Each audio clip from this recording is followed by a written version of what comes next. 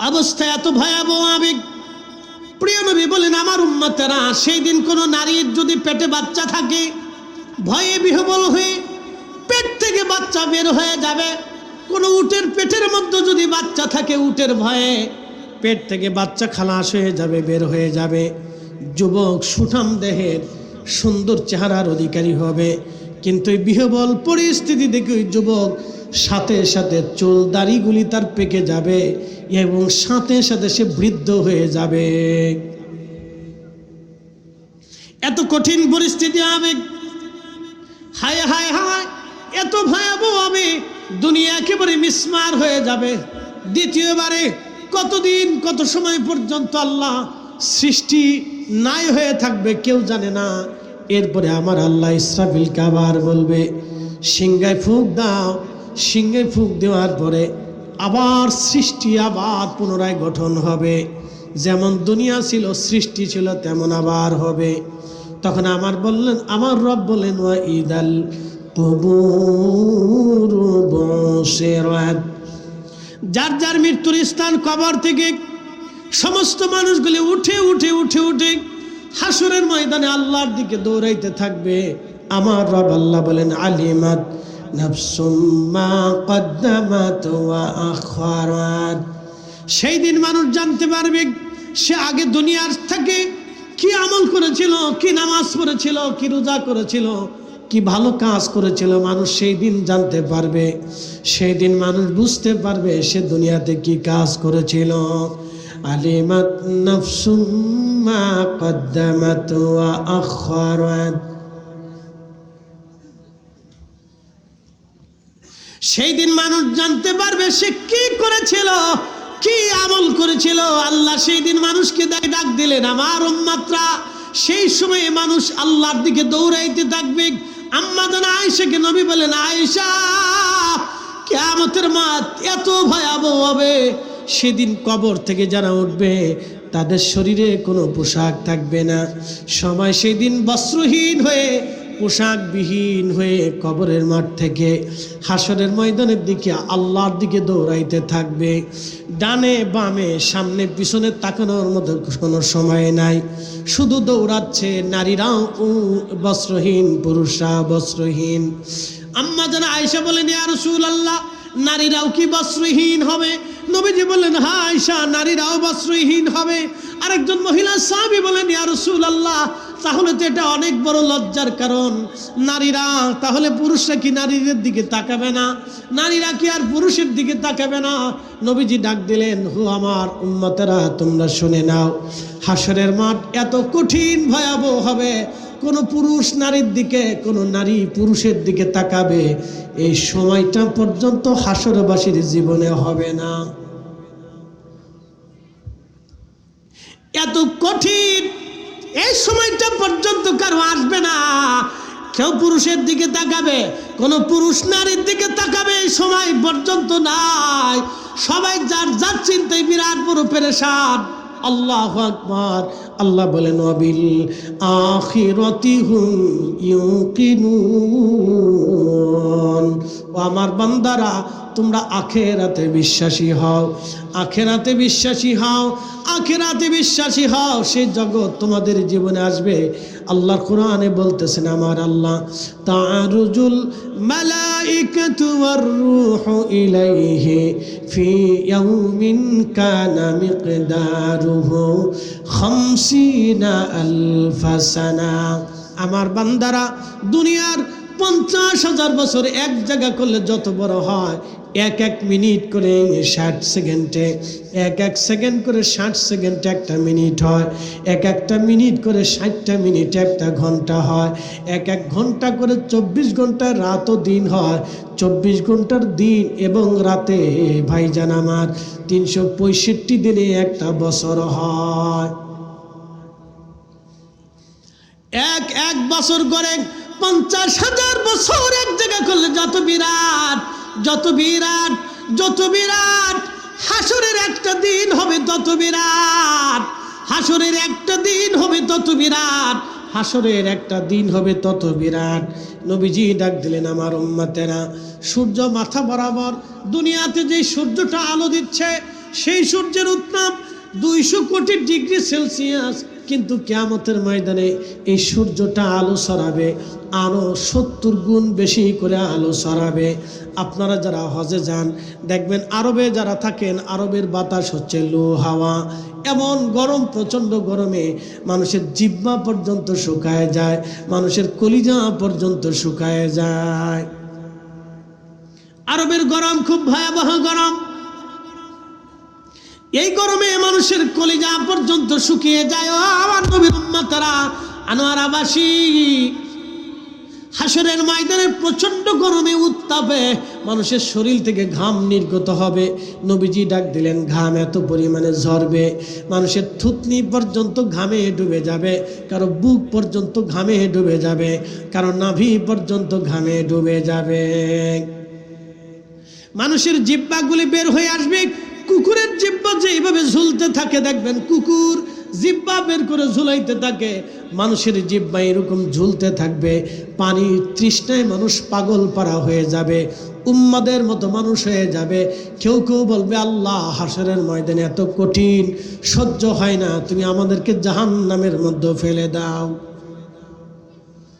আল্লাহ হাসরের ময়দানে এত কঠিন, আমাদের সহ্য হয় না, আল্লাহ তুমি হাসরের ময়দান থেকে আমাদেরকে জাহান্নামে ফেলে দাও। নবীজি ডাক দিলেন, আমার উম্মতেরা, সেই দিনটার কথা তোমরা মনে রাখো, আর সেই দিনে নিজেকে বাঁচানোর জন্য তোমরা চেষ্টা করো, সেই দিনের শাস্তি থেকে তোমরা বাঁচানোর চেষ্টা করো। প্রিয় নবী ডাক দিলেন, আমার উম্মতেরা, সেই দিন হাসরবাসীকে একদল মানুষকে আলাদা করা হবে, বাছাই করে আলাদা করা হবে। একদল মানুষ থাকবে আরশে মুআল্লার নিচে, আর একদল মানুষকে আমার আল্লাহ হাসরের ময়দানের আরেকটা কোণে নিয়ে চলে যাবে। এরা কারা? এরা যারা যাকাত দিত না, দান করত না, যারা দান করত না, যাকাত দিত না, সুদ খাইয়া, ঘুষ খাইয়া, অন্যের জমি মাইরে দিয়া, গরিবের টাকা মাইরে দিয়া, অন্ধের টাকা মারে দিয়া, রাষ্ট্রের অর্থ মারে দিয়া, রাষ্ট্রের বরাদ্দ মারে দিয়া, যারা নিজেদের ব্যাংকের মধ্যে টাকা জমা করেছিল। কি কথা কন না কেন? আসতে বলেন কেন? জোরে বলেন। যারা রাষ্ট্রের অর্থ গরিবের জন্য বরাদ্দ, কানার জন্য বরাদ্দ, অন্ধের জন্য বরাদ্দ, বুবার জন্য বরাদ্দ, চিকিৎসা খাতে বরাদ্দ, কৃষি খাতে বরাদ্দ, রাস্তার উন্নয়নে বরাদ্দ, চিকিৎসা খাতে বরাদ্দ, এবার লেখাপড়ার শিক্ষা খাতে বরাদ্দ, বাণিজ্যিক খাতে বরাদ্দ, গরিব মানুষের জন্য বরাদ্দ, স্বাস্থ্য খাতে বরাদ্দ। টাকাগুলি, অর্থগুলি মেরে মেরে মেরে মেরে দিয়ে সুইস ব্যাংকে যারা টাকা জমা করেছিল, বিদেশে যারা পাচার করেছিল, সন্তানকে কোটিপতি বানিয়েছিল, স্ত্রীকে কোটিপতি বানিয়েছিল, ইন্ডাস্ট্রি করেছিল, নিজে আলিশানের ভিতরে ঘুমিয়েছিল, কিয়ামতের ময়দানে আল্লাহ এদেরকে আলাদা আলাদা করে হাসরের ময়দানের এক পাশে দাঁড়া করাবে। প্রিয় উপস্থিতি, খুবই মনোযোগের সাথে শুনবেন। রানী এলিজাবেথ মারা গেলেন। কোহিনূরের জায়গা কোহিনূর আছে, রানী এলিজাবেথ নাই। প্রিয় বটতলবাসী, আনোয়ারাবাসী, রানী এলিজাবেথ মাটির সাথে মিশে গেল। মানুষ মরে যাওয়ার মাত্র 24 ঘন্টা পরে মানুষের পায়খানা রাস্তা দিয়ে একটা পোকা বের হয়ে আসে। এই পোকাটা তামাম শরীরের মধ্যে ছড়িয়ে যায়। শোনেন, বৈজ্ঞানিক ব্যাখ্যা হচ্ছে মানুষের মৃত্যুর পরে 24 ঘন্টা পরে পায়খানার রাস্তা দিয়ে একটা পোকা বের হয়। এই পোকাটা তামাম শরীরের ভিতরে ছড়িয়ে যায়, ছড়িয়ে যে দুর্গন্ধ সৃষ্টি হয়।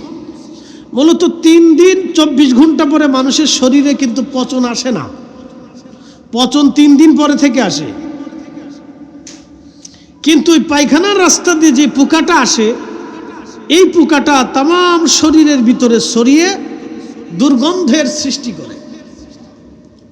দুর্গন্ধ ছড়িয়ে সারা শরীর থেকে বিশ্রী গন্ধ আসতে থাকে। তখন মানুষ দ্রুত গতিতে তাকে কবরের ভিতরে পাঠায়। 3 দিন পর্যন্ত 24 ঘন্টা পরে মানুষের শরীর থেকে পায়খানার রাস্তা দিয়ে সারা শরীরে পোকা ছড়িয়ে যায়, গন্ধ ছড়িয়ে আসে। ছেলে বলেন আর মেয়ে বলেন, স্ত্রী বলেন, সব আপনাকে ঘর থেকে বের করে যত দ্রুত গতিতে সম্ভব তাড়াতাড়ি কবরের ভিতরে নিয়ে যাওয়ার জন্য চেষ্টা করবে। আত্মীয় স্বজনরা, আজকে রাত্রিবেলা যদি আপনি মারা যান, এই সময় যদি মারা যান, কালকে এই সময় আসা পর্যন্ত 12 ঘন্টা চলে যাবে। আপনি এখন যদি মারা যান, কালকে এই সময় আসার আগে আপনাকে কবরে পাঠানো হবে। দুনিয়াতে আপনাকে আর রেখে দেওয়া যাবে না, সবাই কবরে পাঠাবে। আপনার কবরে, আমার কবরে কি হবে না হবে এই চিন্তা দুনিয়ার কোনো মানুষ মাথায় নেবে না। যার চিন্তা তার করে কবরে যাওয়া বাঞ্ছনীয়। বুদ্ধিমান যারা, সে নিজের চিন্তা করে তারপরে কবরে যায়। যারা বোকা, সে নিজের চিন্তা না করে সন্তানের জন্য সুদ আর ঘুষ আর হারাম উপার্জন রেখে কবরে যায়। যেই লোকটা বোকা, সেই লোকটা হারাম উপার্জন করে সম্পদ দুনিয়াতে সন্তানের জন্য রেখে তারপরে কবরে যাইয়া আল্লাহর আসামি হয়ে কবরে যায়। এর মতো বোকা পৃথিবীতে কেউ আছে বলে আমার জানা নাই। এর মতো বোকা পৃথিবীতে কেউ আছে বলে আমার জানা নেই, যে নিজের অনেক কষ্টের অর্থ হারাম উপার্জন করে সন্তানের জন্য দিয়ে তারপরে কবরে চলে যায়। আনোয়ারাবাসী ভালো করে শুনে যাবেন, রব্বুল আলামিন বান্দা যখন কবর মৃত্যুবরণ করে, মৃত্যুবরণ করার পরে কবরে নেওয়ার জন্য সবাই দ্রুত গতিতে আয়োজন হয়ে যায়। আহা, কাফনের কাপড়ের ব্যবস্থা হয়, আতর গোলাপের ব্যবস্থা হয়ে যায় এবং তার গোসলেরও ফায়সালা হয়। কোন জায়গা কবর দেওয়া হবে সেটাও ফায়সালা হয়ে যায়। গোরস্থানে অথবা আমতলায়, জামতলায়, বাঁশঝাড়ে, যে কোনো স্থানে আপনাকে কবর দেওয়ার জন্য সবাই প্রস্তুত। কিন্তু কবরের ভিতরে কি হবে সেই জন্য কারো চিন্তা আসে না। স্ত্রীকে দেখে বলবে, আহা, স্বামী যদি বেঁচে থাকতো তাহলে আমার কোনো চিন্তা ছিল না, এখন এই বাচ্চা কাচ্চা নিয়ে আমার জীবন কেমনে চলবে। দেখবেন যৌবনকালে যত স্বামী মারা যায়, সব স্ত্রীদের একই চিন্তা, আমার কি হবে। খুঁজে দেখেন, যৌবনকালে যত স্বামী মারা যায়, সব স্ত্রীরা একই চিন্তা করে, আমার কি হবে, আমি বাচ্চা কাচ্চা নিয়ে কেমনে চলবো। সবার একই চিন্তা, আমার কি হবে। কিন্তু স্বামীর কবরে কি হবে? কোন স্ত্রী বলে না আমার স্বামী কবরে কি হবে। কোন স্ত্রী বলে না আমার স্বামী ঋণ করে কবরে চলে গেছে, আপনারা আমার স্বামীর ঋণ মিটায় দেন। কোন স্ত্রী বলবে না আমার স্বামী ঋণ করে কবরে চলে গেছে, আমার স্বামীর ঋণ আপনারা মওকুফ করার ব্যবস্থা করে দেন। আমার স্বামীটারে ঋণ দিয়ে কবরে পাঠান না, তাহলে আমার স্বামী কবরে কোনো প্রশ্নের জবাব দিতে পারবে না। কোন স্ত্রী বলে না, না না, কোন স্ত্রী বলে না। বাবা মরে গেছে, সন্তান কখনো বলে না আমার বাবার ঋণ আছে। অগ্রামবাসী, আমার বাবার ঋণ আছে, ঋণ মওকুফ করে আমার বাবার কবরে পাঠান। বাংলাদেশের ধারার ভিতরে এটা নাই। কোন সন্তান বাবার ঋণ মওকুফ করে কবরে পাঠায় না, নেই, বাংলাদেশের ধারার ভিতরে নেই। কোন কবরে জানাজাতে আমি দেখি নেই যে সন্তান বলতেছে আমার বাবা এত এত টাকার ঋণ আছে, অমুক অমুক পাবে, আমার বাবার ঋণ মওকুফ করে তারপরে কবরে পাঠাবো। কেউ বলে না, নাই। এমন হয়েছে যে বাবার লাশ রাইখা ছেলেরা বাড়ি ভরা জমি জমা ভাগ করছে, আগে ভাগ করে নি, তারপরে বাপরে কবরে পাঠাবো। গত কয়েক বছর আগে এক খবরে দেখলাম, দুই ভাই 24 ঘন্টা পর্যন্ত বাবার কবর না দিয়ে লাশ ঘরের মধ্যে রেখে দিয়েছে। সম্পদ ভাগাভাগি করবে, লোকটা ব্যাংকার ছিল, ব্যাংকে চাকরি করত, ছেলেদের জন্য বাড়ি গাড়ি করেছে, কিন্তু ছেলেরা বাবাকে কবর দেওয়ার আগে জমি জমা ভাগাভাগি নিয়ে ব্যস্ত। কি বুঝলেন? আনোয়ারাবাসী কোন সন্তান একটু চিন্তা করে না বাবার ঋণ আমি কেমনে মাফ করাবো। যার কাছে ঋণ আছে তাকে ডেকে বলে না ভাইজান আপনি আমার আব্বার ঋণ মাফ করে দেন, অথবা কত টাকা ঋণ আছে আপনি কেমনে নিবেন বুঝায় নেন, আমার আব্বারে ঋণ দিয়ে কবরে দিব না।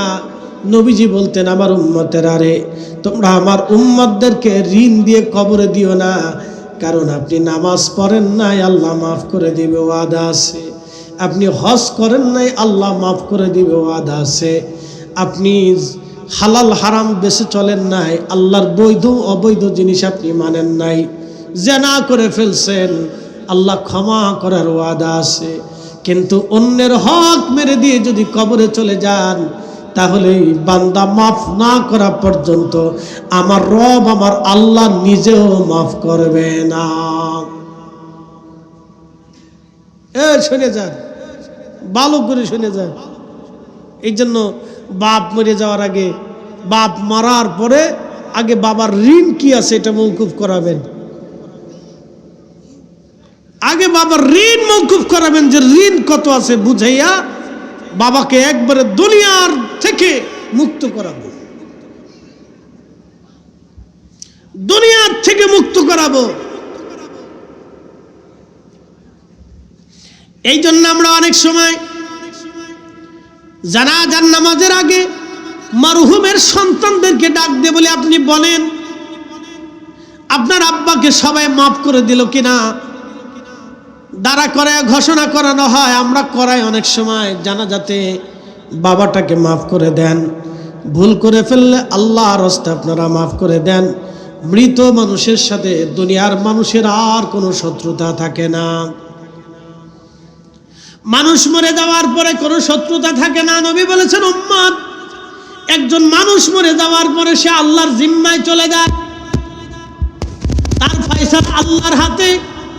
দুনিয়ার কোনো মানুষের কাছে আর কোনো ফয়সালা নাই। মানুষ মারা যাওয়ার পরে তার লাশের উপরে আঘাত করা যাবে না, তার কবরও আর আঘাত করা যাবে না, তার লাশকে বিকৃত করা যাবে না। এমনকি যুদ্ধ করার পরেও কোন কাফির সৈন্য মরে যাওয়ার পরেও নবীজি কোন কাফির সৈন্যদের লাশ জ্বালিয়ে দেন নাই, পুড়িয়ে দেন নাই, বিকৃত করেন নাই, লাশের হাত পা গুলি কর্তন করেন নাই, কেটে ফেলে দেন নাই। আল্লাহু আকবার। নবীজি কত উত্তম চরিত্র আমাদেরকে শিক্ষা দিয়ে গেলেন। অথচ আমরা বাংলাদেশে কি দেখলাম, মরা মানুষ কবর থেকে উঠাইয়া এ জাতি আগুন দিয়ে পোড়ানো যারা শিক্ষা দিল এবং যারা শিখলো আগামীর ভবিষ্যৎ আমাদের অন্ধকার। এইভাবে উগ্রতা যদি সরিয়ে দেওয়া হয় তাহলে আমরা কেউ নিরাপদ না। কথা বলেন ঠিক কিনা? কেউ নিরাপদ না। এইভাবে যদি উগ্রতা বাড়ে তাহলে সুদানের মতো হবে। মনে রাখবেন, সুদানের মতো হবে যে এক মুসলিম আর এক মুসলিমকে পাখির মতো গুলি করে মারতেছে, এক মুসলিম আর এক মুসলিমের বাচ্চাকে গুলি করে মারতেছে। ছি, এর চাইতে নিকৃষ্ট কি হতে পারে যে এক মুসলমান আর এক মুসলমানের সন্তান ছোট্ট নিষ্পাপ বাচ্চাকে গুলি করে মেরে ফেলে দিচ্ছে। কত উগ্রতা হলে, কত নিকৃষ্ট মতের অধিকারী হলে, কতটা বেহাইয়া হলে, কতটা এ জাতি নিকৃষ্ট হলে যে এক মুসলিম আর এক মুসলিমের সন্তানকে গুলি করে মারে। বুঝবেন, ভাববেন যে কতটা উগ্রতা তাদেরকে শিক্ষা দেওয়া হয়েছে। এইভাবে যদি চলতে থাকে আগামীর বাংলাদেশ অন্ধকারে নিমজ্জিত হবে। মুসলমান ভালো করে শুনে যাবেন, নবীজির সবচাইতে কঠিন শত্রু ছিল আবু জাহেল, আবু লাহাব, উতবা, শাইবা, মুগীরা। বদরের যুদ্ধে সব কয়জনই মারা গেল। আল্লাহর নবী কারো আগুন দিয়ে পোড়াইলেন না, কারো দেহ কাটলেন না, হাত পা কর্তন করলেন না, কারো লাশ দড়ি দিয়ে বেঁধে নবীজি টানা হেঁচড়া করলেন না।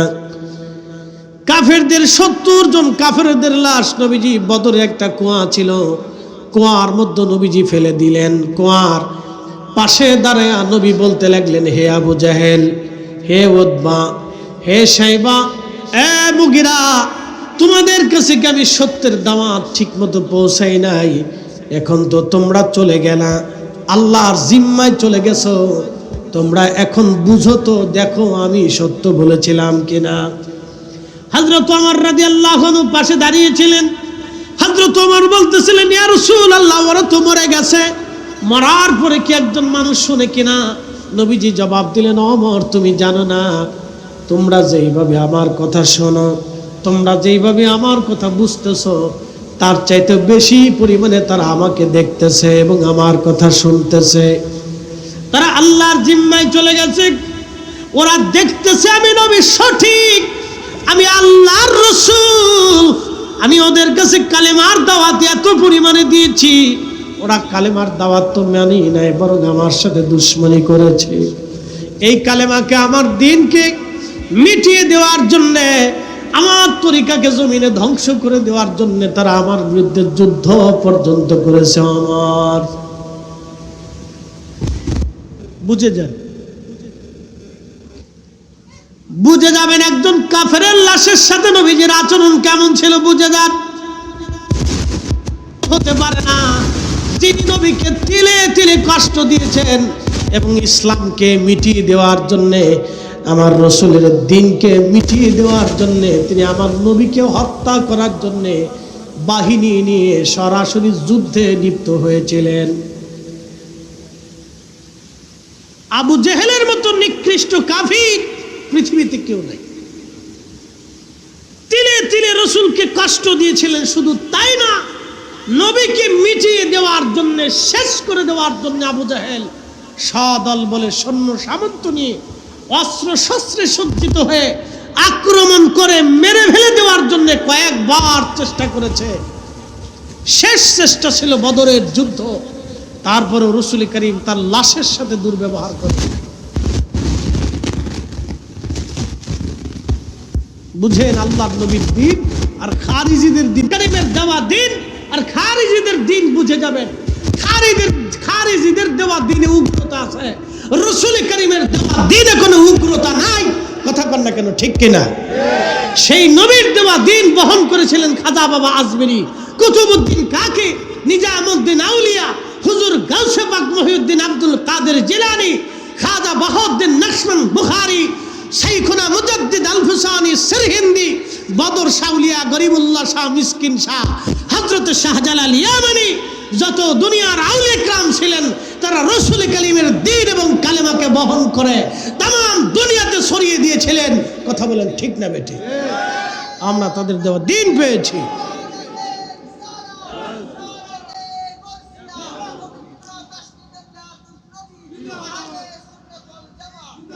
খুব মনোযোগ দিবেন, উপস্থিতি ভালো করে শুনে যাবেন। কবরের জিন্দেগি আমার আপনার জন্য। প্রিয় নবীজি বলেন, আমার উম্মতেরা, তুমি যেটা খাও এটা তোমার, তুমি যেটা পরনে পরো এটা তোমার, তুমি যেটা আল্লাহর পথে দান করো এটা তোমার, তুমি যেটা খাও এটা তোমার, তুমি যেটা আল্লাহর পথে দান করো এটা তোমার, তুমি যেটা পরনে পরো এটাও তোমার, বাদ বাকি দুনিয়াতে যা রেখে যাবা এটা আর তোমার না। এই সম্পদের মধ্যে তোমার আর কিচ্ছু নাই, সব ওয়ারিশরা ভাগাভাগি করে নেবে। প্রিয় উপস্থিতি, কবরের জিন্দেগি বড় কঠিন। কবরে নিয়ে যাওয়া হবে, আল্লাহু আকবার। কবরে নিয়ে যাওয়ার পরে দুইজন মানুষ কবরের ভিতরে নামবে, আপনাকে রেখে দিয়ে চলে আসবে। আহা, যখন রেখে দিয়ে চলে আসবে, শেষ ব্যক্তিটা যিনি কবর থেকে একেবারে সবার পরে আসবে, তিনি আসার 40 কদম পার হওয়ার পরে মুনকার নেকির কবরে আসবে প্রশ্ন করার জন্য।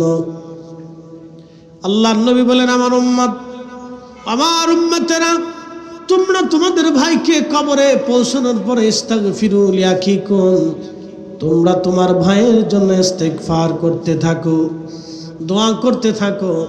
সাহাবীরা বলেন, ইয়া রাসূলুল্লাহ, কেন, কি জন্য দোয়া করব? বলে, কিছু সময় পরে মুনকার নেকির আসবে প্রশ্ন করার জন্যে, তোমার ভাইয়ের প্রশ্নের জবাব যেন সহজ হয়, সেই জন্য তুমি তোমার ভাইয়ের কবরের পাশে দাঁড়ায়া দোয়া করতে থাকো। কত সময় দোয়া করবে? একটা উট কুরবানি করার পরে ওই উট গোশত সিলাইয়া, চামড়া সিলাইয়া, গোশত বানাইয়া মানুষের মাঝে বন্টন করে দিতে যত সময় লাগে, তোমার ভাইকে তুমি কবরের পাশে দাঁড়াইয়া, তোমার ভাইয়ের কবরের পাশে দাঁড়াইয়া তুমি তত সময় পর্যন্ত তার জন্য দোয়া করো, কোরআন থেকে তেলাওয়াত করো, তার কবরের ভিতরে তুমি তালকিন দিতে থাকো। কবরের পাশে দাঁড়াইয়া দাঁড়াইয়া উচ্চ স্বরে তুমি কোরআন তেলাওয়াত করো। এ আনোয়ারাবাসী, কবরে নামানোর পরে সবাই চলে আসবে, কেউ দাঁড়াবে না।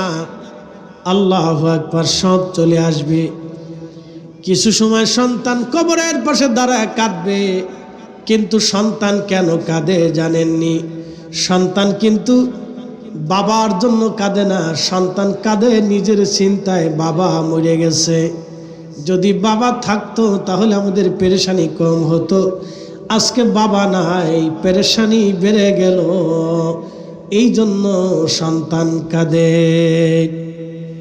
অধিক সন্তান এই চিন্তায় কাঁদে, ঘর থেকে স্ত্রী কাঁদে এই জন্য, বোন কাঁদে, ভাইটা ছিল আমার, দেখাশোনা করতো, ভাইটা মরে গেল, এখন তো আমার আর রক্তের বাঁধন কেউ নাই। ভাই যতদিন ছিল ভাইয়ের বাড়ি আমার আদর ছিল, ভাই চলে গেছে, ভাইস্তারা আমাকে ঠিক মতো ফুফুরে বসতে দিবে কিনা, খাইতে দিবে কিনা, দেখভাল করবে কিনা, সবাই কাঁদে। কিন্তু কবরে কি হবে সেই জন্য কেউ কাঁদে না। প্রশ্নের জবাব দিতে পারবেন কিনা কেউ কাঁদে না, খুব কম মানুষই কাঁদে। শুধু ইমাম সাহেব হুজুর দোয়া করার সময় হয়তো দোয়া করে, রব্বি আমার মুসল্লিরে কবরে দিয়ে গেলাম, প্রশ্নের জবাব আসবে, আল্লাহ তার জবাবটাকে সহজ করে দিও। ইমাম সাহেবটা দাঁড়ায় এই সময় দোয়াটুকুন করে যে আল্লাহ আমার মুসল্লির কবরে দিয়ে গেলাম, আল্লাহ এখন তোমার জিম্মাই চলে গেছে, প্রশ্নের জবাব আসতেছে, আল্লাহ সামনে আমরা চলে যাওয়ার পরেই প্রশ্ন আসবে, আল্লাহ তার কবরের জিন্দিগিটা তুমি সহজ করে দাও, জবাবটা তুমি সহজ করে দাও, তুমি রব তার জবাব দিয়ে দাও। আগে যারা কান্দে বন্ধু কান্নাকাটি করে ওই মানকি শিবে দাঁড়ায় কদ্দুর বিড়ি বিড়ি টাইনে চাটা খেয়ে যাহা দোস্ত ভালো ছিল না, মরে গেছে, শেষ। 3 দিন পর আর খোঁজই নেই না, ও ছাতা দেখতে দেখতে আমরা এই পর্যন্ত হয়েছি, 40 বছর পার করছি, দেখে দেখে পার করছি। কবর দিয়ে সেই রে ওই বহু দূরে যাইয়া বিড়ি একটা ধরা, বহু সময় বিড়ি টানতে পারি না, একটু টান দিয়ে, খুব টেনশন মাথায়, তো বিড়ি দুইটা টাইনে টেনশন শেষ করে ফেলবে, ওর আর মরার চিন্তা নেই, শেষ। এই তো দুনিয়া। আনোয়ারাবাসী ভালো করে শুনে যাবেন, আত্মীয় স্বজনরাও চলে যাবে, মায়া ভুলে যাবে তারা, আত্মীয় স্বজনও চলে যাবে, তারাও মায়া ভুলে যাবে, নাতি নাতকুর পায়া, সন্তান পায়া আপনারাও তারা ভুলে যাবে। ইংরেজিতে একটা প্রবাদ আছে, out of side out of mind. মানুষ চোখের আড়াল হলে মনের আড়াল হয়ে যায়, চোখের আড়াল হলে মনের আড়াল হয়ে যায়, সব আপনাকে ভুলে গেল। কবরে আপনি একা, কেমন করে নেকির আপনার কবরে দাঁড়িয়ে গেল। মুনকার নেকির যখন কবরে দাঁড়াবে, সে জিজ্ঞাসা করবে মার রাব্বুকা, বলো তোমার রব কে। দুনিয়ার ভিতরে আপনি রবের বিধান অনুযায়ী চলেন নাই, আল্লাহর আইন অনুযায়ী দুনিয়াতে জীবন যাপন করেন নাই। হুকুম ছিল নামাজ পড়ার, আপনি নামাজ পড়েন নাই। হুকুম ছিল হালাল হারাম বেঁচে চলার, আপনি জীবনে হালাল হারাম বাঁচেন নাই। জবাব দিবেন কি? সারা জিন্দেগি খোদার সাথে নাফরমানি করে চলে গেলেন, আজকে রব আপনাকে ভুলে যাবে। দুনিয়াতেও আপনি আল্লাহকে ভুলেছিলেন, কবরে আল্লাহ আপনাকে ভুলে যাবে। দুনিয়াতে নবীকে ভুলেছিলেন, আমার দিনুকা, তোমার দিন কি? আপনি দুনিয়াতে দিনের উপরে চলেন নাই, ইসলামের বিধানের উপরে চলেন নাই, এই জন্য ইসলাম আপনি ভুলে যাবেন। ঠিক মা কুনতা তাকুলু ফি হাক্কি হাদার রাজুল। ওই দিন নবীজিকে দেখে প্রশ্ন করা হবে, তুমি কে কে চেনো কিনা? দুনিয়াতে আপনি রসুলের আদর্শ মোতাবেক জীবন যাপন করেন নাই, কবরে রসুল আপনাকেও ভুলে যাবে, কারণ সারাটা জীবন আপনি নবীকে ভুলেছিলেন। বুঝে পারি যে সারা জীবন আপনি রসুল ভুলেছিলেন, এই জন্য রসুল আপনাকে কবরে ভুলে যাবে। সারা জীবন আপনি আল্লাহকে ভুলেছিলেন, এই জন্য আল্লাহ আপনাকে কবরে ভুলে যাবে। সারা জীবন আপনি শয়তানের ইত্তেবা করেছিলেন, আল্লাহর ইসলামের পথে আপনি চলেন নাই, আল্লাহর দেওয়া দ্বীনের পথে আপনি চলেন নাই, সেই জন্য দ্বীনের কথাও কবরে আপনি ভুলে যাবেন, দ্বীনও আপনাকে ভুলে যাবে। এই জন্য যদি ভুলেন তাহলে আপনাকে ভুলে যাওয়া হবে, আল্লাহ সেই দিন আপনাকে ভুলে যাবে, আল্লাহ রসুল আপনাকে ছেড়ে দিবে। কারণ দুনিয়াতে আপনি আল্লাহ রসুলকে ছেড়ে দিয়েছিলেন, কবরে আল্লাহ এবং রসুল আপনাকে ছেড়ে দিবে। এই কঠিন বিপদের কালে কেউ আপনার হবে না, কেউ আপনার হবে না, কেউ আপন হবে না, কেউ আপনার আপন হবে না। জিন্দেগি তোর যাইরে ফাঁকি দিয়া রে সোনার আদম, জিন্দেগি তোর যায় ফাঁকি দিয়া। ও আদমরি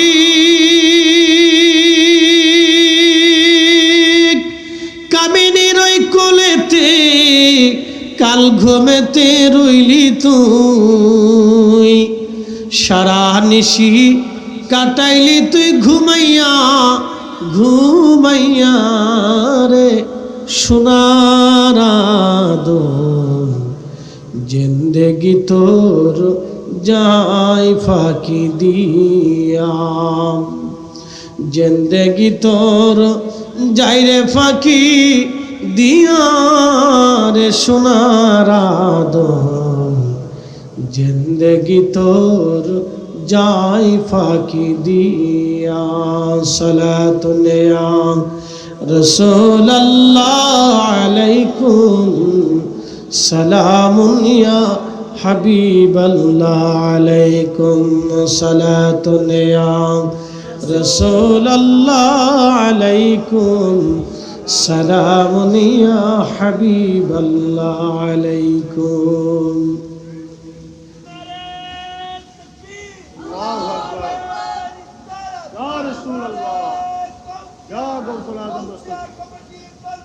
जिंदाबाद।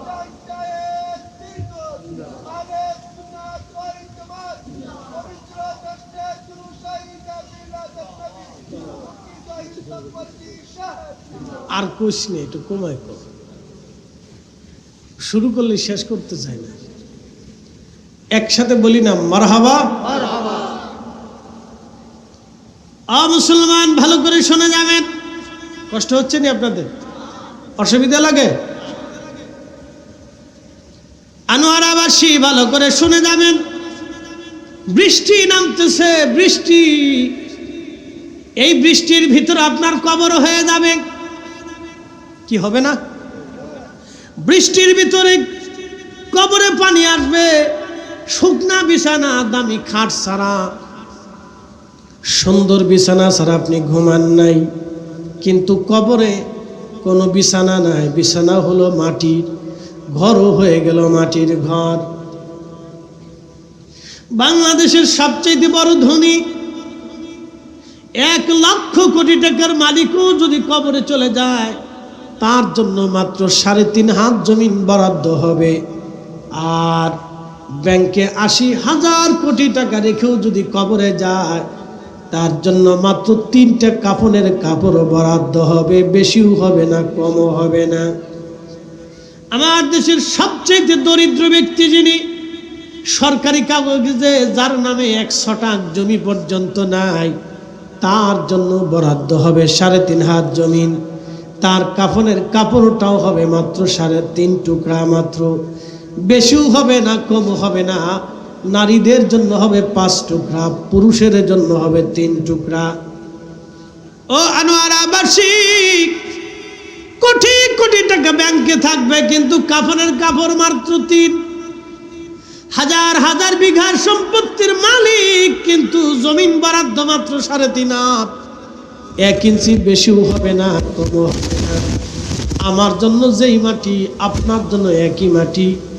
আমার জন্য যেই মাটি, বাংলাদেশের প্রধানমন্ত্রীর জন্য সেই মাটি। আমার জন্য যেই মাটি, সৌদির প্রিন্সের জন্য সেই মাটি।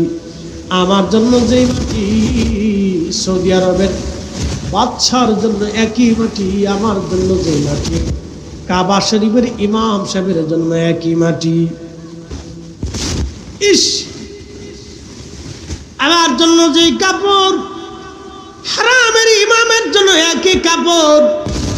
সৌদির রাজপ্রাসাদ বাদশার জন্য একই কাপড়। আমার জন্য যেই কবর, ব্রুনাইয়ের প্রেসিডেন্ট, ব্রুনাইয়ের রাজা যিনি, ব্রুনাইয়ের রাজা, শুনে যান, আপনারা তো অনেকে জানেন না, ব্রুনাই একটা মুসলিম দেশ।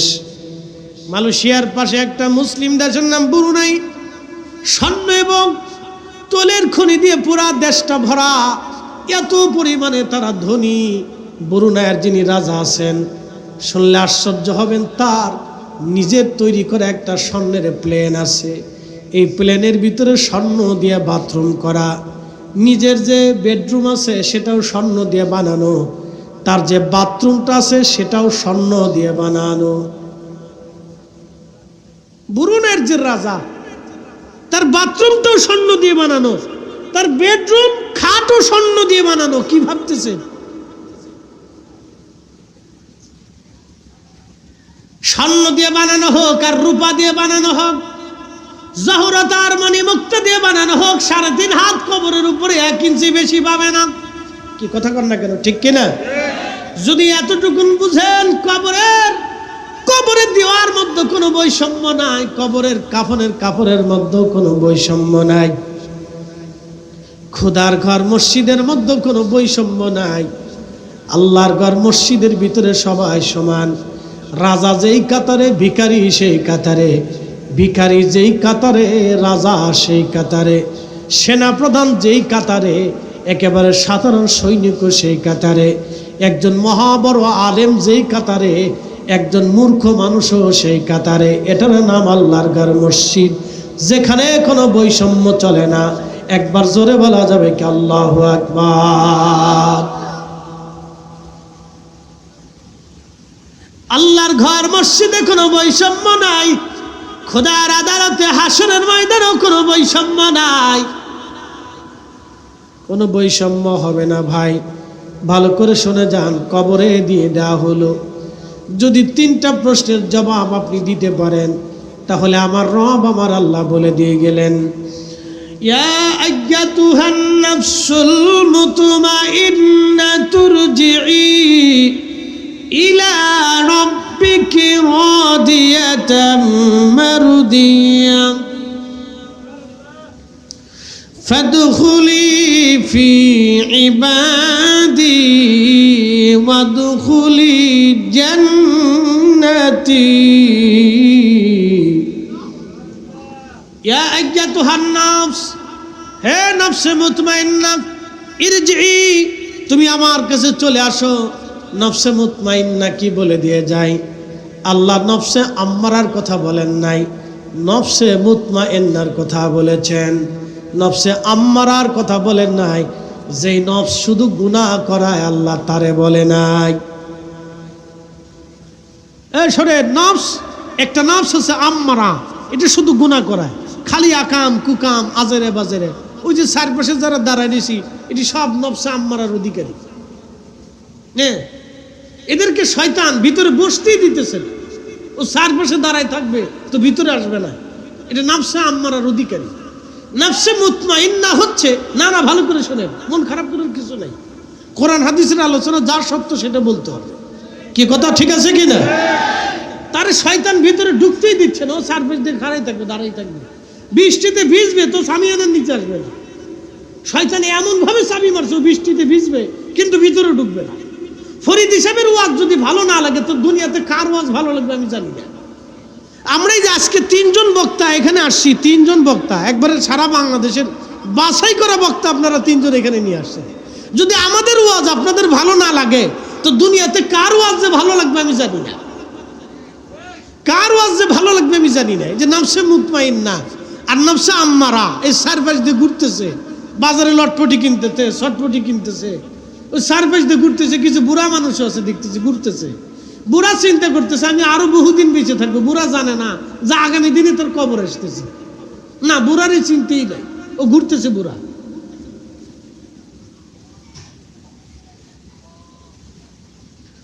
শুনে যাবেন বাবাজি আমার, ভালো করে শুনে যান। আল্লাহ বলেন ইয়া আইয়াতুহান নাফসুল মুতমাইন্না, হে নফসে মুতমাইন্না, প্রশান্ত আত্মা। দুনিয়াতে তুমি শান্তি প্রিয় ছিলে, শান্তি প্রিয় কি ভালো করে শুনে যান। আল্লাহ আত্মার কথা বলেছেন, নফসের কথা আল্লাহ বলেছেন নফস, নফসে আম্মারার কথা বলেন নাই, নফসে মুতমাইন্নার কথা আল্লাহ বলেছেন প্রশান্ত আত্মা। তুমি হাইয়া আলাস সালাহ বলার পরে নামাজে চলে গেছো, মাহে রমজান আসার সাথে সাথে রোজায় ঢুকেছ, তাহাজ্জুদের সময় হলে তুমি দাঁড়িয়ে গেছো নামাজে, ডান পাশে হালাল বাম পাশে হারাম, হারাম ভুরি ভুরি ভুরি ভুরি কোটি কোটি টাকা ছিল তুমি ধরো নাই, তুমি ডান পাশে গরিবত্ব নিয়েছ কিন্তু তুমি হারাম খাবার খাও নাই। হে নফসে মুতমাইন্না, তুমি গীবত করো নাই, শাকায়াত করো নাই, মিথ্যা বলো নাই, অন্যের ক্ষতি তুমি করো নাই, অন্যের মাল চুরি করো নাই, অন্যের হক নষ্ট করো নাই, বিচার সালিশে তুমি মিথ্যা সাক্ষ্য দাও নাই, তুমি অন্যায় বিচার দুনিয়াতে করো নাই। হে নফসে মুতমাইন্না ইরজিই ইলা রাব্বিকি রাদিয়াতাম মারদিয়া, তুমি আমি রবের সন্তুষ্টির দিকে ফিরে চলে আসো, কারণ তুমি আমি রবকে সন্তুষ্ট করেছিলাম। একবার জোরে বলা যাবে কি আল্লাহু আকবার। তুমি আমি রবকে খুশি করেছিলে। হে নফসে মুতমাইন্না তুমি ইরজিই, যেহেতু তুমি দুনিয়াতে আমি আল্লাহকে খুশি করেছো, আজকে তুমি চলে আসো ইরজিই ইলা রাব্বিকি রাদিয়াতাম মারদিয়া, আমি আল্লাহ তোমার উপরে খুশি, তুমি চলে আসো। একসাথে বলবেন আল্লাহু আকবার। খুশি কে? একসাথে বলেন খুশি কে? আসো আমি খুশি, তুমি চলে আসো আমার কাছে, আসো ইরজিই আমার কাছে আসো। ইলা রাব্বিকি রাদিয়াতাম মারদিয়া, আমি মালিকের সন্তুষ্টির দিকে তুমি চলে আসো। ফাদখুলি ফি ইবাদি ওয়াদখুলি জান্নাতি, তোমার কবর আজকে বেহেশত হবে, বেহেশতিরা যেখানে থাকবে সেই ইবাদত গুজার বান্দাদের সাথে তোমার জায়গা হবে, হুজুর গাউসে পাকের সাথে জায়গা হবে, মাইনুদ্দিন চিশতির সাথে জায়গা হবে, বাহাউদ্দিন নকশবন্দ বুখারীর সাথে জায়গা হবে, কুতুবউদ্দিন কাকির সাথে জায়গা হবে, নিজামউদ্দিন আউলিয়ার সাথে হবে, বদর শাহ গরিবুল্লাহ শাহ আমানত শাহের সাথে হবে, তোমার 360 আউলিয়ার সাথে হবে, আমার তাবিঈন তাবে তাবিঈন সাহাবায়ে আজমাইন আউলিয়া আতকা নুজামা উলামা ফুদালাদের সাথে তোমার জায়গা হবে। ফাদখুলি ফি ইবাদি ওয়াদখুলি জান্নাতি, আল্লাহ আমি আজ তোমার কবরকে বেহেশত বানাইয়া দিলাম। একসাথে বলবেন আল্লাহু আকবার।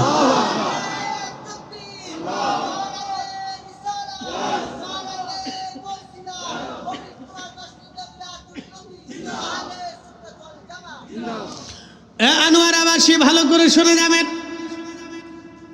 আমার রব আমার মালিক আমার আল্লাহ আমাদেরকে ডেকে নফসে মুতমাইন্নাকে জান্নাত দিয়ে দিবে। এই জন্য নবীজি বললেন আল কবরু রাউযাতুম মিন রিয়াজিল জান্নাহ, কারো কারো কবর আল্লাহ জান্নাতের বাগান বানাবে। আল কবরু হুবারুম মিন হুবারাতিন নাব, কারো কারো কবর জাহান্নামের টুকরা হয়ে যাবে। জাহান্নামের টুকরা যাদের কবর হবে, কবরের ভিতরে আল্লাহ সর্প পাঠাবে 99টি সাপ। অনেকে বলে থাকে কবরে সাপ যাবে কে? প্রশ্ন করি হে আল্লাহর বান্দা, কেন যাবে শুনে যান। দুনিয়াতে আর একজনের জমি মেরে দিছিলেন, ওই সময় অন্যের জমি মেরে দেওয়ার কারণে কবরে আপনার সাপে কামড়াবে। দুনিয়াতে অন্যজনের হক মেরে দিয়েছিলেন, সেই জন্য কবরে সাপে আপনাকে কামড়াবে। দুনিয়াতে সুদ খাইছিলেন, কবরে আপনার সাপে কামড়াবে। প্রিয় নবী বলেন, আমার উম্মতেরা, আমি মেরাজের রাত্রিবেলা জাহান্নাম দেখার জন্য গেলাম। জাহান্নাম যখন দেখার জন্য গেলাম, দেখি জাহান্নামের ভিতরে বড় বড় পেটের অধিকারী বান্দারা, বড় বড় পেট, একেবারে খড়ের পালার মতো বড় বড় পেট। তাদের পেটগুলি খড়ের পালার মতো বিরাট বড় বড় ভুঁড়িওয়ালা পেটওয়ালা। পেটের ভিতরে সাপ আর বিচ্ছুগুলি কিলবিল করতেছে। পেটের ভিতরে সাপ বিচ্ছু তাদেরকে কামড়াচ্ছে। গগন বিদারী চিৎকার জাহান্নামের ভিতরে তারা দিচ্ছে। চিৎকারের আওয়াজ যদি দুনিয়াতে আসতো, তাহলে দুনিয়ার মানুষ স্ট্রোক করে মারা যাইতো। তাদের চিৎকারের আওয়াজ এত ভয়াবহ। সাহাবীরা রে, তোমরা শোনো, আমি জিব্রাইলকে বললাম, জিব্রাইল এরা কারা? বলে, ইয়া রাসূলুল্লাহ, এরা দুনিয়াতে সুদের কারবারি করত, ঘুষের কারবারি করত, হারামের কারবারি করত। হারামের কারবারি করত। আমাদের দেশের ছোট ছোট বাচ্চা মেয়েরা হারিয়ে যায়। কোথায় যায়? এই মেয়েদেরকে কোথায় নিয়ে যাওয়া হয় জানেন? আমাদের দেশের বহু নারী মাঝে মধ্যে অপহরণ হয়। এই নারীদেরকে কোথায় বিক্রি করা হয় জানেন? বাংলাদেশের পতিতালয়গুলিতে বিক্রি করে দেওয়া হয়। জানেন এই সমাজ কত নিকৃষ্ট? আপনার গা শিহরে ওঠার মতো কথা। একটা নারী পতিতালয়ে বিক্রি হলো, এই আদালত কিছু করতে পারলো না, এই রাষ্ট্র তাকে নিরাপত্তা দিতে পারলো না, এই সমাজ তাকে নিরাপত্তা দিতে পারলো না। তাহলে আছে কি আমার দেশে? যে আপনার মেয়ে, আমার মেয়ের আগামী দিনে নিরাপত্তা কি? যারা বিক্রি করলো তারা আইনের আওতায় আসলো না, লক্ষ লক্ষ টাকা বিক্রি করে দিল। যারা বিক্রি করলো তারা কারা? তারা এই দেশেরই নাগরিক, তারা এই সমাজের মানুষ। কি কথা কর না কেন? তারা এই দেশের নাগরিক, এই সমাজের মানুষ। তাদেরকে চিহ্নিত করা তো কোনো কঠিন কোনো কাজ না। প্রশাসন যারা আছে তাদের চিহ্নিত করা মাত্র সময়ের ব্যাপার, মাত্র সময়ের ব্যাপার। ওরা কারা? যে একজনের কলিজার টুকরা মেয়েটাকে ধরে নিয়ে পতিতালয়ে বিক্রি করলো। ওই মেয়েটা সারা জীবনের জন্য পতিতা বিক্রি করে সারাটা জীবন ওই মেয়েটা ওইখানেই গৃহবন্দী হয়ে পড়ে গেল। একটা মেয়ে আর জীবনে কোনোদিন সুস্থতার চেহারা দেখবে না, দুনিয়ার সৌন্দর্যের বাতাস তার গায়ে আর কোনোদিন লাগবে না। কি ভাবতেছেন আপনি? গা শিহরে ওঠার কথা মতো। যারা এই মানুষ এই বাচ্চাদেরকে অপহরণ করে বিক্রি করে, কি ভাবতেছেন? ওরা ওই সমাজের মানুষ, ওরাও ভাত খায়, ওরও কন্যা আছে, ওরও মেয়ে আছে, ওরও স্ত্রী আছে, কিন্তু বিবেক নাই, অন্ধ বিবেক। কুত্তা কুকুরের চাইতে নিকৃষ্ট, শুয়োরের চাইতে নিকৃষ্ট বলে হুজুর কুত্তার সাথে তুলনা দিলেও তাও হবে না। কুকুর একটা প্রাণী, তারও একটা ধর্ম আছে। কুকুর পৃথিবীতে মানুষের খাবার খেলে কুত্তা বেঈমানি করে না, কিন্তু এই মানুষগুলি স্বয়ং প্রভু মালিকের সাথে বেঈমানি করে। তার মানে এরা কুকুর এবং শুয়োরের চাইতেও নিকৃষ্ট। কথা বলেন ঠিক কিনা? কুত্তা শুয়োরের চাইতে নিকৃষ্ট। এই সমাজ, এই রাষ্ট্র আমাদের এই মেয়েদেরকে নিরাপত্তা দিতে পারলো না। কাকে বলবেন আপনি? হ্যাঁ, এটা চিহ্নিত করা কি কঠিন কোনো কাজ? কঠিন কোনো কাজ না, তো সামান্য কাজ। দুনিয়ার এত কিছু গোয়েন্দা বের করতে পারে, এই সোর সাপটা, শয়তান বাদরা, শিয়াল কুত্তা বের করতে পারবে না? অবশ্যই পারে।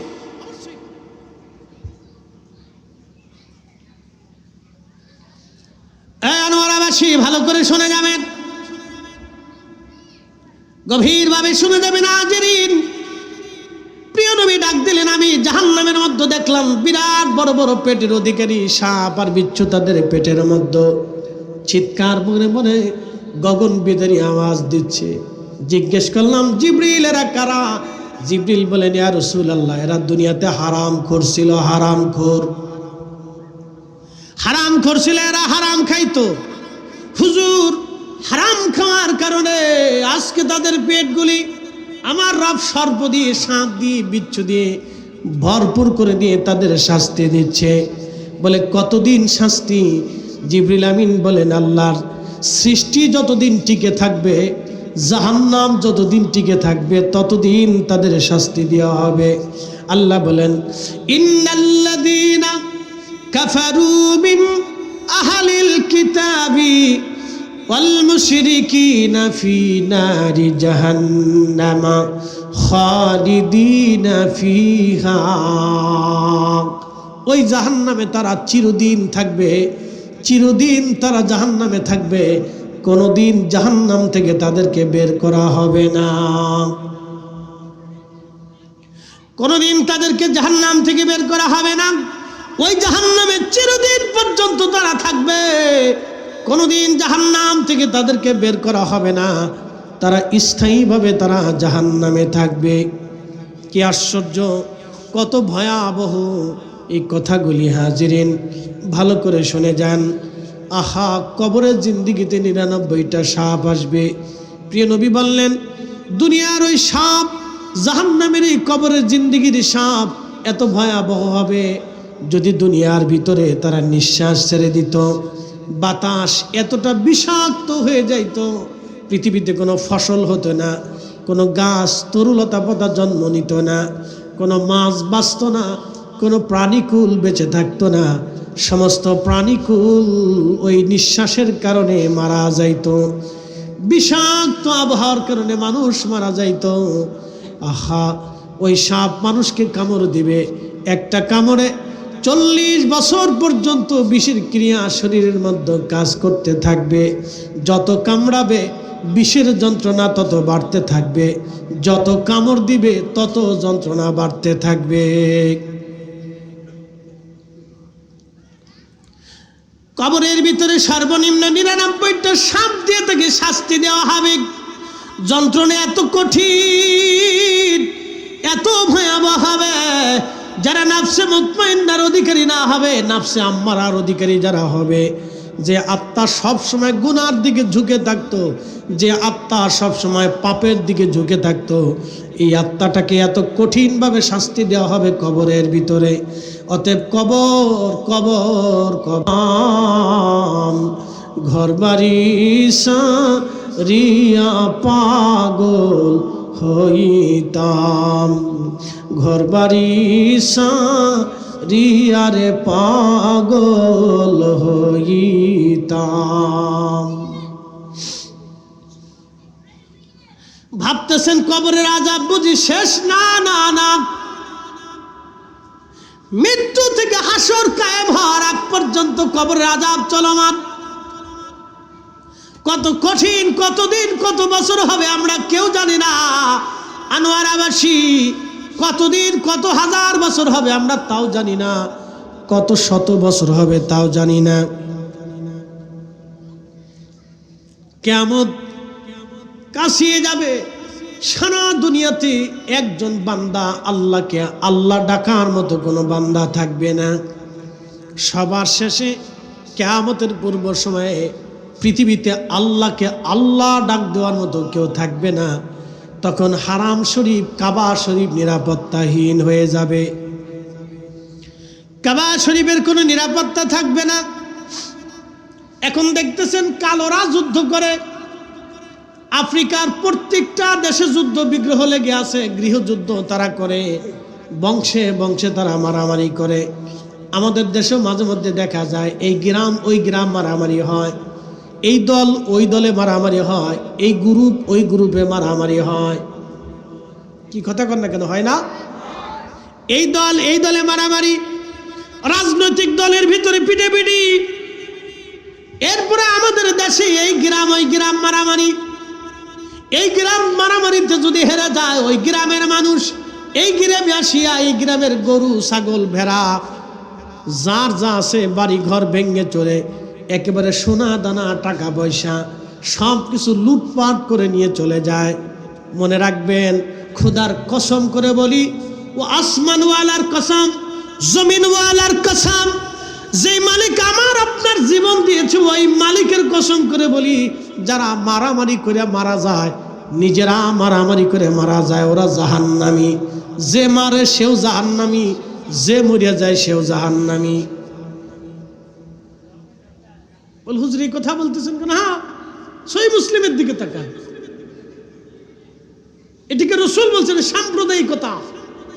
যে মারতে গেছে সেও দোষী, যে মারতে আসছে সে দোষী।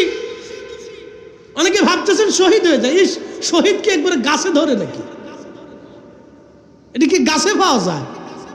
নারকেল গাছে সে শহীদ ধরে? শয়তান কোথাকার।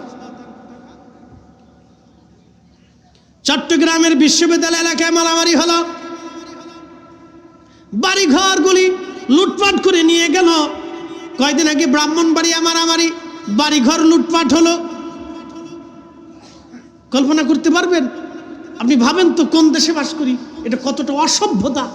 হাই মিয়া মুসলমান, কতটা অসভ্যতা। অসভ্য হলে, ইতর হলে, ছোট লোকের বাচ্চা হলে মানুষের বাড়ি আক্রমণ করে, তারপরে বাড়িঘর লুট করে, মহিলাদের গহনা চুরি করে, গরু ছাগল চুরি করে।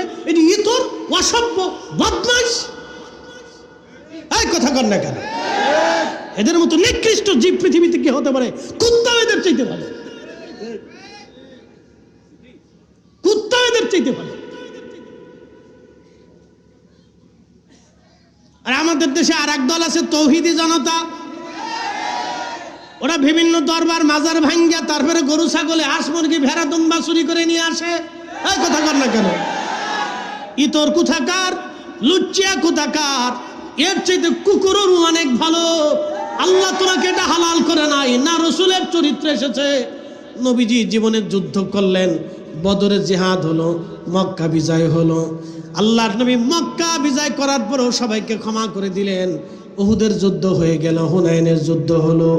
নবীজি যুদ্ধ হয়ে যাওয়ার পরে নবী বললেন, আমার উম্মতেরা সাবধান, কারো বাড়ি আক্রমণ করবে না, কোনো মহিলা হত্যা করবে না, কোনো শিশু মারবে না, কোনো বৃদ্ধের গায়ে হাত দেবে না, কারো মাল চুরি করবে না, বাড়িতে আগুন দেবে না, কারো সম্পদ হত্যা করবে না, কারো গাছ কেটে ফেলবে না, ফসল নষ্ট করবে না।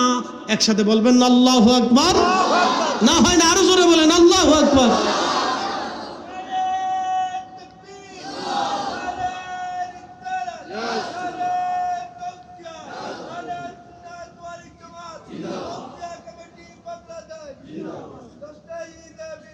হয়েছে দুই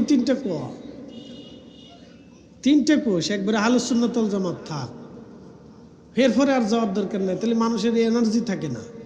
এত জিন্দাবাদ করলে পরে তো তোর খাওন দেওয়া লাগবে। পপকর্ন যা আছে সব দিয়ে দিস, যা ফিরি দিয়ে দিস।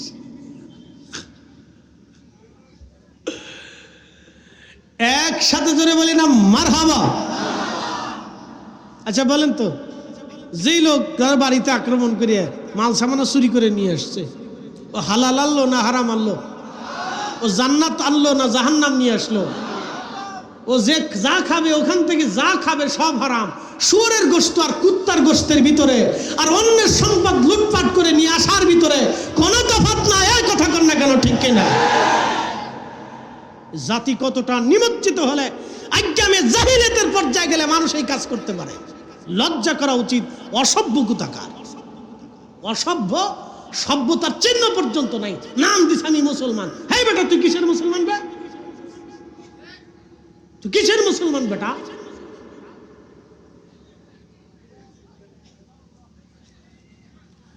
এই আনোয়ারাবাসী ভালো করে শুনে যাবেন হাজিরিন। এইদিকে আর লম্বা কথা বলবো না, হাসরের ময়দানের দিকে চলে যায়। হেরেম শরীফ একেবারে নিরাপত্তাহীন হয়ে যাবে, কোনো মুসলমান থাকবে না। ঠিক ওই সময় রাহমাতুল লিল আলামিন নবী বললেন, কাবা শরীফ ভেঙে ফেলে দেওয়া হবে। বর্তমানে ইথিওপিয়া, কেনিয়া, ঘানা, ইথিওপিয়া, এই অঞ্চলকে বলা হয় আবিসিনিয়া। ইথিওপিয়া, ঘানা, কেনিয়া, এই অঞ্চলকে বলা হয় আবিসিনিয়া। এই আবিসিনিয়ার একজন ব্যক্তি কালো, নিগ্রো, মাথায় টাক হবে, লম্বা লম্বা পা হবে। দেখবেন আফ্রিকানদের পা কিন্তু লম্বা লম্বা হয়। আফ্রিকানদের পা কিন্তু লম্বা লম্বা দেখবেন, মানুষও লম্বা লম্বা, খুব উগ্র ওরা। নিজেরা বিরাট বড় বড় মারামারি করে, বিরাট উগ্র ওরা নিজেরা মারামারি করে। বন্ধু আমার, খুব মনোযোগ দিয়ে যান। আল্লাহর নবী বলেন, আমার উম্মতেরা তোমরা শোনো। ঠিক এই সময় একজন আফ্রিকান একজন আফ্রিকান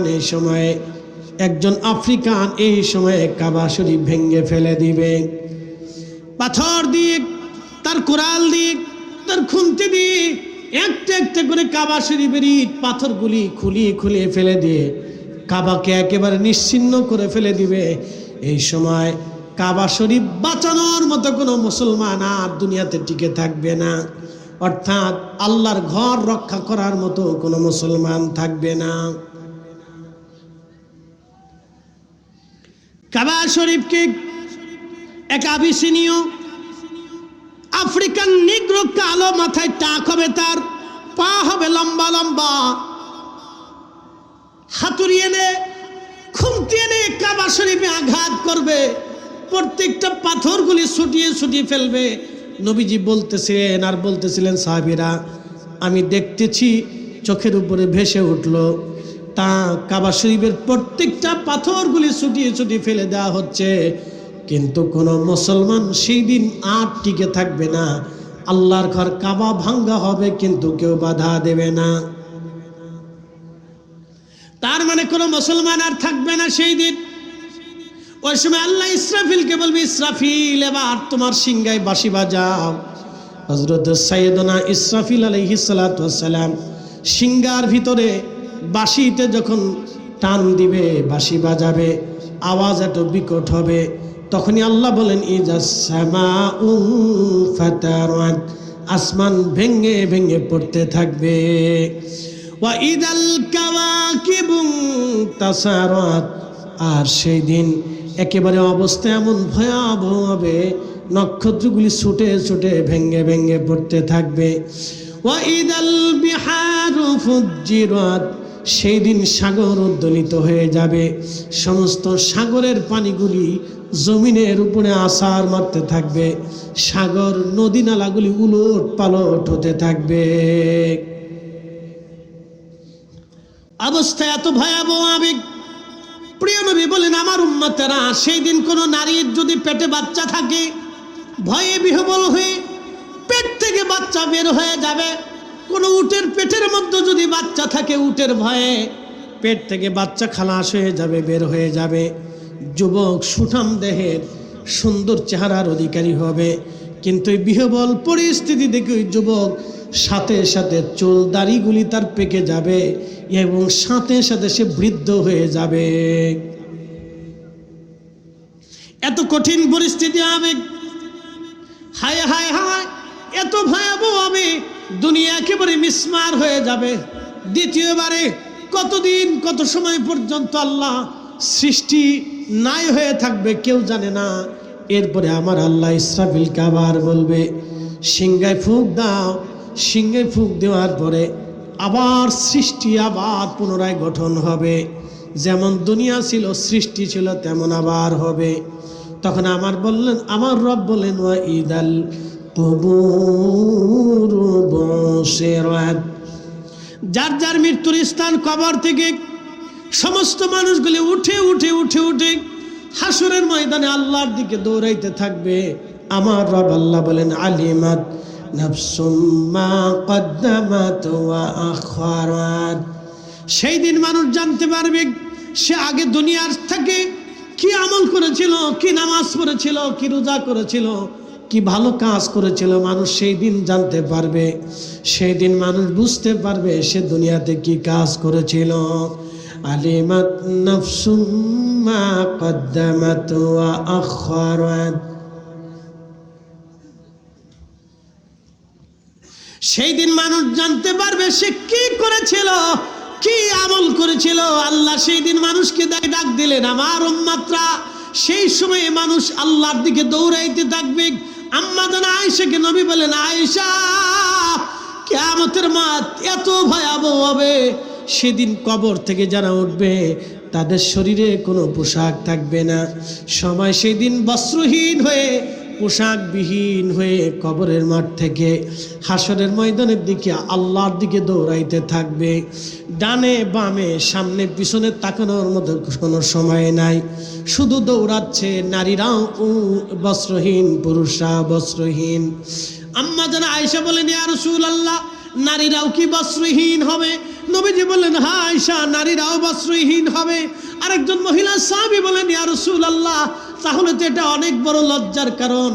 নারীরা তাহলে, পুরুষরা কি নারীদের দিকে তাকাবে না? নারীরা কি আর পুরুষের দিকে তাকাবে না?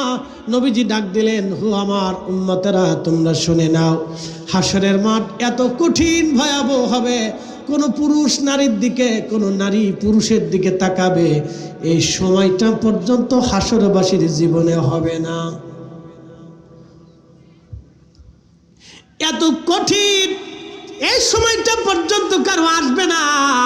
কেউ পুরুষের দিকে তাকাবে, কোন পুরুষ নারীর দিকে তাকাবে এই সময় পর্যন্ত নাই। সবাই যার যার চিন্তায় বিরাট বড় পেরেশান। আল্লাহু আকবার। আল্লাহ বলেন, ওয়াবিল আখিরাতি হুম ইউকিনুন। ও আমার বান্দারা, তোমরা আখিরাতে বিশ্বাসী হও, আখিরাতে বিশ্বাসী হও, আখিরাতে বিশ্বাসী হও। সেই জগৎ তোমাদের জীবনে আসবে। আল্লাহর কোরআনে বলতেছেন, আমার আল্লাহ, তাআরুজুল মালাইকাতু ওয়ার রূহু ইলাইহি ফি ইয়াউমিন কানা মিকদারুহু 50 আলফা সানা। আমার বান্দারা, দুনিয়ার 50,000 বছর এক জায়গা করলে যত বড় হয়, এক এক মিনিট করে 60 সেকেন্ডে, এক এক সেকেন্ড করে 60 সেকেন্ডে একটা মিনিট হয়, এক একটা মিনিট করে 60টা মিনিটে একটা ঘন্টা হয়, এক এক ঘন্টা করে 24 ঘন্টার রাত ও দিন হয়, 24 ঘন্টার দিন এবং রাতে ভাইজান আমার 365 দিনে একটা বছর হয়। এক এক বছর করে 50,000 বছর এক জায়গা করলে যত বিরাট, যত বিরাট, যত বিরাট হাসরের একটা দিন হবে, তত বিরাট হাসরের একটা দিন হবে, তত বিরাট হাসরের একটা দিন হবে, তত বিরাট। নবীজি ডাক দিলেন, আমার উম্মতেরা, সূর্য মাথা বরাবর দুনিয়াতে যে সূর্যটা আলো দিচ্ছে, সেই সূর্যের উত্তাপ 200 কোটি ডিগ্রি সেলসিয়াস, কিন্তু কিয়ামতের ময়দানে এই সূর্যটা আলো ছড়াবে আরো 70 গুণ বেশি করে আলো ছড়াবে। আপনারা যারা হজে যান দেখবেন, আরবে যারা থাকেন, আরবের বাতাস হচ্ছে লো হাওয়া, এমন গরম, প্রচণ্ড গরমে মানুষের জিহ্বা পর্যন্ত শুকায় যায়, মানুষের কলিজা পর্যন্ত শুকায় যায়।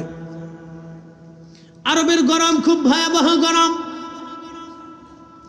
এই গরমে মানুষের কলিজা পর্যন্ত শুকিয়ে যায়। ও আমার নবীর উম্মতেরা, আনোয়ারাবাসী, হাসরের ময়দানে প্রচন্ড গরমে, উত্তাপে মানুষের শরীর থেকে ঘাম নির্গত হবে। নবীজি ডাক দিলেন, ঘাম এত পরিমাণে ঝরবে, মানুষের থুতনি পর্যন্ত ঘামে ডুবে যাবে, কারো বুক পর্যন্ত ঘামে ডুবে যাবে, কারো নাভি পর্যন্ত ঘামে ডুবে যাবে। মানুষের জিহ্বাগুলি বের হয়ে আসবে। কুকুরের জিহ্বা যেভাবে ঝুলতে থাকে, দেখবেন কুকুর জিহ্বা বের করে ঝুলাইতে থাকে, মানুষের জিহ্বা এরকম ঝুলতে থাকবে। পানি তৃষ্ণায় মানুষ পাগল পারা হয়ে যাবে, উম্মাদের মতো মানুষ হয়ে যাবে। কেউ কেউ বলবে, আল্লাহ, হাসরের ময়দানে এত কঠিন, সহ্য হয় না, তুমি আমাদেরকে জাহান্নামের মধ্যে ফেলে দাও। আল্লাহ, হাসরের ময়দানে এত কঠিন, আমাদের সহ্য হয় না, আল্লাহ তুমি হাসরের ময়দান থেকে আমাদেরকে জাহান্নামে ফেলে দাও। নবীজি ডাক দিলেন, আমার উম্মতেরা, সেই দিনটার কথা তোমরা মনে রাখো, আর সেই দিনে নিজেকে বাঁচানোর জন্য তোমরা চেষ্টা করো, সেই দিনের শাস্তি থেকে তোমরা বাঁচানোর চেষ্টা করো। প্রিয় নবী ডাক দিলেন, আমার উম্মতেরা, সেই দিন হাসরবাসীকে একদল মানুষকে আলাদা করা হবে, বাছাই করে আলাদা করা হবে। একদল মানুষ থাকবে আরশে আল্লাহর নিচে, আর একদল মানুষকে আমার আল্লাহ হাসরের ময়দানের আরেকটা কোণে নিয়ে চলে যাবে। এরা কারা? এরা যারা যাকাত দিত না, দান করত না, যারা দান করত না, যাকাত দিত না, সুদ খাইয়া, ঘুষ খাইয়া, অন্যের জমি মাইরে দিয়া, গরিবের টাকা মাইরে দিয়া, অন্ধের টাকা মারে দিয়া, রাষ্ট্রের অর্থ মারে দিয়া, রাষ্ট্রের বরাদ্দ মারে দিয়া, যারা নিজেদের ব্যাংকের মধ্যে টাকা জমা করেছিল। কি কথা কন না কেন? আসতে বলেন কেন? জোরে বলেন। যারা রাষ্ট্রের অর্থ গরিবের জন্য বরাদ্দ, কানার জন্য বরাদ্দ, অন্ধের জন্য বরাদ্দ, বুবার জন্য বরাদ্দ, চিকিৎসা খাতে বরাদ্দ, কৃষি খাতে বরাদ্দ, রাস্তার উন্নয়নে বরাদ্দ, চিকিৎসা খাতে বরাদ্দ, এবার লেখাপড়ার শিক্ষা খাতে বরাদ্দ, বাণিজ্যিক খাতে বরাদ্দ, গরিব মানুষের জন্য বরাদ্দ, স্বাস্থ্য খাতে বরাদ্দ। টাকাগুলি অর্থগুলি মেরে মেরে মেরে মেরে দিয়ে সুইস ব্যাংকে যারা টাকা জমা করেছিল, বিদেশে যারা পাচার করেছিল, সন্তানকে কোটিপতি বানিয়েছিল, স্ত্রীকে কোটিপতি বানিয়েছিল, ইন্ডাস্ট্রি করেছিল, নিজে আলিশানের ভিতরে ঘুমিয়েছিল, কিয়ামতের ময়দানে আল্লাহ এদেরকে আলাদা আলাদা করে হাসরের ময়দানের এক পাশে দাঁড়া করাবে। আমি বলিনি, আল্লাহ রাসূল বলছেন। ইস, আমার গল্প না এটা, আল্লাহ মেহবুব বলেছেন সহিহ বুখারীতে। তারুজুল মালায়েকাতুর রূহ আয়াতুত তাফসীরে ইমাম ইবনে কাসিরে আল বিদায়া ওয়ান নিহায়াতে, পৃথিবীর অন্তত যতগুলি তাফসীরের কিতাব আছে সব তাফসীরের কিতাবের ভিতরে হযরত আবু হুরায়রা থেকে হাদিস আসছে, ও নবীর উম্মত, তোমরা ওই দিন হাসরের ময়দান থেকে বাঁচার চেষ্টা করো, নিজে বাঁচার চেষ্টা করো। হাসরের ময়দানে এক পাশে, হাসরের ময়দানে একদল মানুষকে আল্লাহ বরাদ্দ করে দিবে জায়গা। সেদিন তাদের এই সম্পদগুলিকে সাপে পরিণত করে তাদের শরীরে পেঁচিয়ে সাপ তাদের মুখের ভিতরে দংশন করতে থাকবে। এক এক কামড়ে 40 বছর পর্যন্ত বিষের ক্রিয়া চলতে থাকবে। আর যত কামড় মারবে তত বিষের যন্ত্রণা বাড়তে থাকবে। সেই দিন এই সাপ তাকে কামড়াইতে থাকবে। কত বছর জানেন? হিসাব নিয়ে যান, হিসাব নিয়ে যান। সাফায়াত তো পরে পাবেন, রসুলের সাফায়াত এত সহজেই না। বাটাম চালান আগে হবে, সাফায়াত পরে আসবে। আগে বাটাম চালান হবে। বাটাম চালান বুঝছেন? রিমান্ড হবে আগে। বলে কি রিমান্ড? আল্লাহ নবী বলেন সাপে কামড়াইতে থাকবে। হাসরের ময়দানের এক পাশে হাসরবাসীরা দেখবে তাদেরকে সাপে কামড়াচ্ছে, তুমুল আকারে কামড়াবে। অবৈধ সম্পদ যারা অর্জন করেছিল সাপে তাদেরকে কামড়াবে। শুধু কামড়াবে না, কামড় কারে কয় ভালো করে শুনে যান। কতদিন কামড়াবে? নবীজি ডাক দেয় বলেন, সাহাবীরা রে, ততদিনে মানুষের হিসাব টানা হবে। সমগ্র মানব জাতির হিসাব হবে, জিন জাতির হিসাব হবে, ফেরেশতাদের হিসাব টানা হবে। বুঝে যান কত বছর হবে এবার বুঝেন। কত বছর পর্যন্ত রিমান্ড আসবে এবার বুঝেন। কবরের জিন্দেগি তো গেছে, এবার হাসরের জিন্দেগির কথা চিন্তা করেন। কত হাজার বছর, কত লক্ষ কোটি বছর পর্যন্ত ওই জিন্দেগিতে হাসরের ময়দানে রিমান্ড আসবে। নবীজি বললেন মানব জাতির হিসাব হয়ে যাবে, জিন জাতির হিসাব টানা হবে। পৃথিবীর কোটি কোটি বিলিয়ন ট্রিলিয়ন যত জিন আছে সবার হিসাব টানা হবে, ফেরেশতাদের হিসাব টানা হবে। এবার বুঝেন কি পরিমাণে ফেরেশতা। দুনিয়ার সমস্ত মানুষের হাতে যদি কলম দেওয়া হয়, কাগজ দিয়ে দেওয়া হয়, আর যদি বলা হয় তোমরা ফেরেশতা গুনে গুনে হিসাব করে দাও, দুনিয়ার সমস্ত মানুষ চেষ্টা করেও ফেরেশতা গুনে গুনে শেষ করে দিতে পারবে না। কিয়ামতের ময়দানে সব ফেরেশতাদের হিসাব টানা হবে। ফেরেশতাদের হিসাব হবে, যার যার দায়িত্ব সেই দায়িত্ব পালন করেছিল কিনা। ফেরেশতাদের হিসাব টানা হবে। সেই দিন কত ভয়াবহ হবে। আল্লাহু আকবার। নবীজি বলতেছেন আমার উম্মতেরা রে, ফেরেশতাদের হিসাব টানা হলো। এমনকি যত পশু পাখি আছে সবার হিসাব সেই দিন টানা হবে। শুনলে আশ্চর্য হবেন, গরু ছাগলেরও বিচার টানা হবে। আশ্চর্য লাগতেছে না? হ্যাঁ আশ্চর্য লাগতেছে। গরু ছাগলের বিচার হবে। ভাবতেছেন পার পেয়ে যাবেন? এত সোজা? গরু ছাগলের বিচার হবে বলে কি করে? ইমাম সুয়ুতি রাহিমাহুল্লাহ আল হাবিলিল ফাতুল মুজাল্লাদুস সানি মাসালিকুল হুনাফা বিওয়ালিদাইল মুস্তাফা এই রাসালার ভিতরে তিনি লিখেছেন, রাসূল করিম বলতেছিলেন কিয়ামতের ময়দানে গরু ছাগল পশু পাখিরও বিচার হবে। আল্লাহ সেই দিন তাদেরও ফয়সালা টানবে। সেই দিন এক গরু আর এক গরুর বিরুদ্ধে মামলা দিয়ে বলবে, রব্বি সে আমাকে মারছিল, গুতা মেরেছিল, আমাকে কষ্ট দিয়েছিল, আল্লাহ আমি তুমি মালিকের অধীন করে দিয়েছিলাম, মালিক আমাকে লাঠি দিয়ে পিটিয়েছিল, আল্লাহ সেই ফয়সালা চাই। দুনিয়ার আদালত ছিল না। পাখি বলবে রব্বুল আলামিন তোমার ওই বান্দা আমাকে অন্যায়ভাবে হত্যা করে গোশত ভক্ষণ করেছিল, আল্লাহ আমি বিচার ফয়সালা চাই। সেই দিন কুকুর বলবে রাস্তা দিয়ে হেঁটে যাচ্ছিলাম, তোমার বান্দা আমাকে লাঠি দিয়ে আঘাত করেছিল, আল্লাহ তুমি আমাকে মালিকের অধীন করে দিয়েছিলা, সারা রাত পাহারা দিয়েছিলাম, আমার মালিক দুনিয়ার মালিক আমার খাবার দেয় নাই, আল্লাহ ফাইসালা দিতে হবে আজকে। তোমার দরবারে মামলা দায়ের করলাম। বিড়াল ডাক দিবে রব্বুল আলামিন, আমি ইঁদুর পরিষ্কার করে রাখতাম, চামচিকে ঢুকতে দিতাম না, আমি পোকা ঢুকতে দিতাম না, তেলা পোকা তাড়াইতাম, সাপ বিচ্ছু থেকে নিজের মালিকের বাড়ি ঘরকে পরিষ্কার পরিচ্ছন্ন রাখতাম। রব্বুল আলামিন আমার মালিক আমাকে খাইতে দিত না, মাঝে মধ্যে লাথি সবর মারত। আল্লাহ বিচার ফাইসালা চাই, সেই দিন রব বিচার করে দেবে। জীবনে এই ওয়াজ শোনেন নাই, আজকে শুনে যান, আজকে শুনে যান।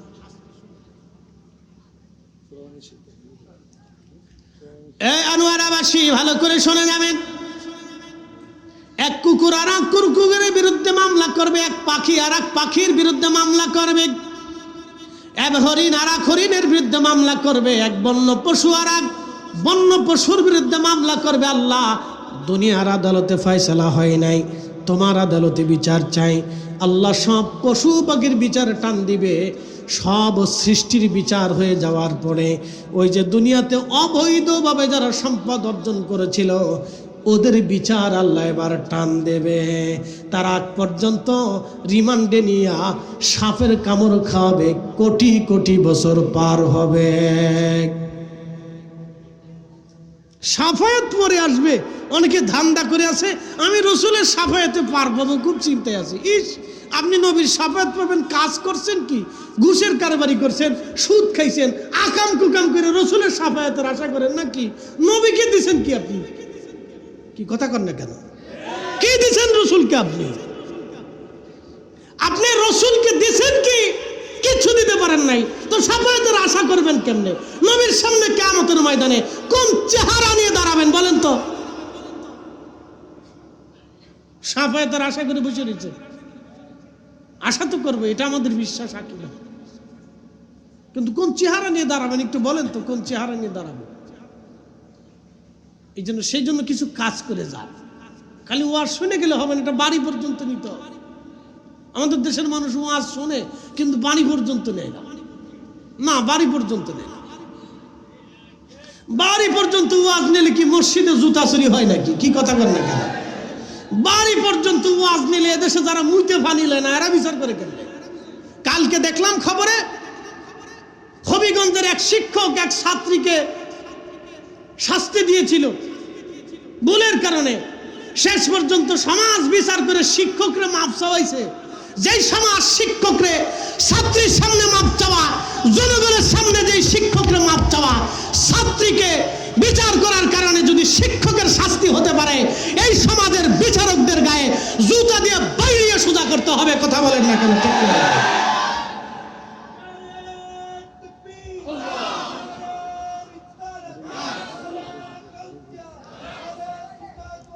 রাখো, আপনি সমাজের বিচারক বানাইছেন, কিসের বিচারকেরা? এই সমস্ত বিচারকদেরকে জুতা দিয়ে বাই। এরকম দিন দিন বাড়তেছে, দিন দিন চলতেছে। মুসলমান ভালো করে শুনে যাবেন, কঠিন হাসরের দিনে রব্বুল আলামিন মালিক ইয়াউমিদ্দিন, তিনি বিচার দিনের মালিক। প্রিয় নবীজি বলেন, আমার উম্মতেরা তোমরা শুনে নাও, তিনটা জায়গা মা সন্তান ভুলে যাবে, সন্তান মাকে ভুলে যাবে, বাবা সন্তান ভুলে যাবে, স্বামী স্ত্রী ভুলবে, স্ত্রী স্বামী ভুলে যাবে, কেউ কারো কথা মনে রাখবে না। এক নাম্বার, মিজানের পাল্লা যখন কায়েম হয়ে যাবে, আহা সেই কঠিন সময়ে মা সন্তান ভুলে যাবে, সন্তান মা ভুলে যাবে, কেউ কারো দিকে তাকাবে না, সময় পর্যন্ত পাবে না মিজানের পাল্লায়। কত কঠিন হবে সেই দিন। আবার নবীজি ডাক দিয়ে বলেন, উম্মতেরা দুই নাম্বার, যখন ডান হাতে আর বাম হাতে আমল নামা দেওয়া হবে, এ সময় মা সন্তান ভুলে যাবে, সন্তান মা ভুলে যাবে। কঠিন এই দিনে কেউ কারো কথা মনে রাখবে না। কত কঠিন, কত ভয়াবহ। ডান হাতে বাম হাতে আমল নামা, এ সময় সবাই সবাইকে ভুলে যাবে। তিন নাম্বার, মিজানের ফুলসিরাতের ঘাটে সবাই সবাইকে ভুলে যাবে। যখন জাহান্নামের উপর দিয়ে ফুলসিরাত পার হতে যাবে, কেউ বিদ্যুৎ গতিতে পার হবে, কেউ একটা ঘোড়া দৌড়াইলে যত দ্রুত হয় তত দ্রুত গতিতে দৌড়াবে। একবারে সর্বনিম্ন সীমায় হবে 30,000 বছর লাগবে ফুলসিরাত পার হতে। 30,000 বছর আপনি চিন্তা করেন, এটা একটা জগৎ,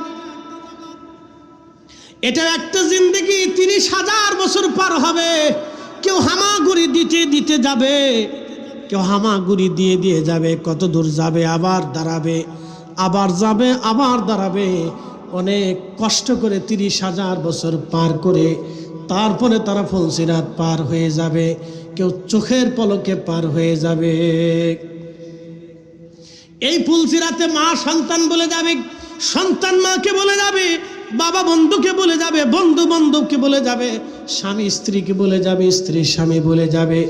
এই জন্য নিজের চিন্তা করে যান হে মুসলমান, নিজের চিন্তা করে যান, নিজের চিন্তা করে যান, নিজের চিন্তা করে যান। আখিরাত বড় কঠিন, হাসর বড় কঠিন, হাসর বড় কঠিন।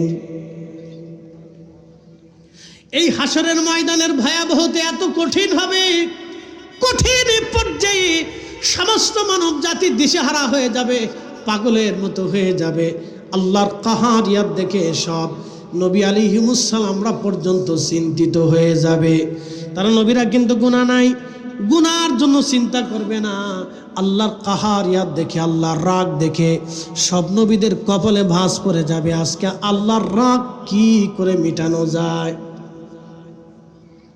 আল্লাহর কাহারিয়াত দেখে সমস্ত সূরা তাকাসুরের তাফসীর আসছে, আল্লাহর কাহারিয়াত দেখে সমস্ত নবীরা হাঁটু গেড়ে বসে কপালে ভাঁজ পড়ে যাবে চিন্তায় যে আল্লাহর কাহারিয়াত কিভাবে থামানো যায় আজকে। কিন্তু সব মানব গোষ্ঠী দৌড়াইয়া বাবা আদম আলাইহিস সালাতু ওয়াস সালামের সামনে যে দাঁড়াবো, আব্বা আদম, আপনি আবুল বাশার ছিলেন, মানব জাতির পিতা ছিলেন, আল্লাহ বড় আদর করে আপনাকে সৃষ্টি করেছিলেন, মায়া করে ভালোবাসা দিয়ে বেহেশত রেখেছিলেন। আব্বা জান, আজকে আপনি আমাদের জন্য একটা ব্যবস্থা করেন। আল্লাহ বড় কাহার হয়ে গেছে, আল্লাহ বড় রাগ হয়ে আছে সৃষ্টির উপর। আজ কাহারিয়ত দেখে পানিবিহীন হাউজে কাউসার বন্ধ, পানি বন্ধ। আল্লাহর কাহারিয়তে সৃষ্টির সমস্ত মানুষগুলি দিশেহারা হয়ে যাবে, জিব্বা কুকুরের জিব্বার মতো ঝুলতে থাকবে। সেই হাসরের মানব জাতির এই দৃশ্য দেখে, আল্লাহর কাহারিয়াত দেখে নবীরা পর্যন্ত চিন্তিত হয়ে যাবে যে রবের কাহারিয়াত কি করে আজকে কমানো যায়। কিন্তু সেই দিন আদম সফিউল্লাহ ডাক দিবে, আমার সন্তানরা, আমি তোমাদের পিতা বটে, তোমরা আমার সন্তান বটে, কিন্তু শোনো, আজকে আমার কাছে কিচ্ছু নাই, তোমরা অন্য কোনো নবীর দরজায় চলে যাও। মানুষ দৌড়াইয়া দৌড়াইয়া হযরত সাইয়েদুনা নূহ আলাইহিস সালামের কাছে আসবে, তিনি একই কথা বলে দিবেন। দৌড়াইয়া হযরত দাউদের কাছে আসবেন, তিনি একই কথা বলে দিবেন। দৌড়াইয়া হযরত ইব্রাহিম খলিলুল্লাহর কাছে এসে দাঁড়াবে, সাইয়েদুনা ইব্রাহিম, আল্লাহর খলিল ছিলেন আপনি, ইব্রাহিম একই কথা বলবেন, চলে যাও। তারা দৌড়াইয়া মুসা কালিমুল্লাহর কাছে আসবে, আপনি কালিমুল্লাহ ছিলেন, আজকে একটা ব্যবস্থা করেন, আল্লাহর সাথে কালাম করেন, কথা বলেন। আহা, সেই দিন মুসা আলাইহিস সালাম নিজের অপারগতা প্রকাশ করে বলবেন, আমার দ্বারা আজকে এটা হবে না। হযরত সাইয়েদুনা ঈসা রুহুল্লাহর কাছে আসবেন, সমস্ত মানব জাতি দৌড়ে ঈসা রুহুল্লাহর সামনে কাঁদতে থাকবো আমরা। ঈসা রুহুল্লাহ, আপনি আল্লাহর রুহুল্লাহ ছিলেন, সরাসরি রুহু দিয়ে আল্লাহ আপনাকে সৃষ্টি করেছিলেন। আজকে আপনি আল্লাহর কাছে চলে যান, দেখেন আল্লাহ কি ফয়সালা করে। ঈসা নবী ডাক দিয়ে বলবে, আমার বান্দার, আমার উম্মতেরা, হে মানব জাতিরা, আজকে আমার দিয়ে কোনো কাজ হবে না।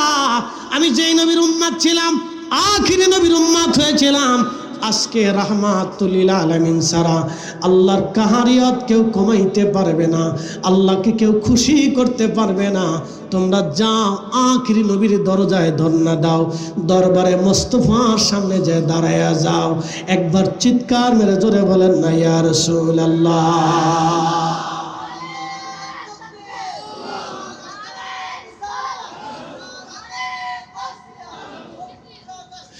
শ্রেষ্ঠ নবী দিলাম রে তরিয়ে নিতে রোজা হাসরে, ঠিক কিনা? শ্রেষ্ঠ নবী দিলাম রে তরিয়ে নিতে রোজা হাসরে, পথ না ভুলি তাই তো দিলে পাক কুরআনের বাণী খুদা তোমার মেহেরবানি। সুন্দর ফুল সুন্দর ফল মিঠা নদীর পানি খুদা তোমার মেহেরবানি। এ আনোয়ারাবাসী, আমরা সব সেই দিন নবীজির সামনে দাঁড়া কাঁদতে থাকবো। তিনি তো রাহমাতুল লিল আলামিন। তোমরা যারা আজকে আমার রসুলের শান নিয়ে সিনিমিনি খেলো, তোমরা যারা রসুলের আব্বা আম্মাকে কাফের বলে ফতোয়া দাও, তোমরা যারা রসুলকে নিজের মতো মনে করে থাকো, তোমরা যারা রাহমাতুল লিল আলামিনের শাফায়াতকে ইনকার করো, তোমরা যারা আল্লাহ রসুলের শান মানকে ছোট করে বর্ণনা করো, তোমরা যারা আজকে নবীর শান খুঁজে পাও না, সেই দিন তোমরাই বস্ত্রহীন হয়ে চোখে পানি নি আমার রসুলের দরজায় তোমরাই সেই দিন ধন্না দিবা, ধন্না দিবা, ধন্না দিবা। গতি থাকবে না, উপায় থাকবে না, রসুলের কদম ছাড়া উম্মতের কোনো জায়গা হবে না। কথা বলেন ঠিক না বেঠে?